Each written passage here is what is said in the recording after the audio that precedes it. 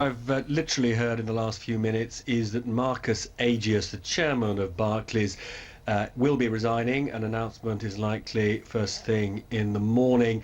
You may remember that I said last week, after the details of Barclays' involvement in the Libor rigging scandal came out, I said that there was considerable pressure from shareholders for either Mr. Agius or Mr. Diamond, or indeed both, to go, and that in fact momentum was building for Mr. Agius to go, partly because it's much harder to replace a chief executive than it is a chairman, and there was a feeling that perhaps Mr. Agius was a little bit too close to Mr. Diamond, and therefore a sort of tougher, rather more independent chairman needed to be appointed, and that indeed is apparently what is happening. We don't obviously know yet who the new chairman will be, but we do know that Mr. Agius is quitting.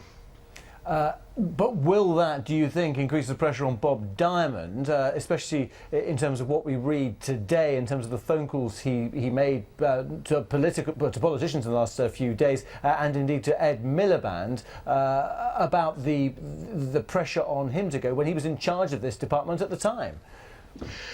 Look, there will be many people who will continue to call for Mr. Diamond to go, since he was the chief executive of Barclays Capital during the period when employees of Barclays Capital were trying to rig the Libor interest rate in a way that ultimately led to Barclays being fined a record £290 million by regulators in the UK and the US.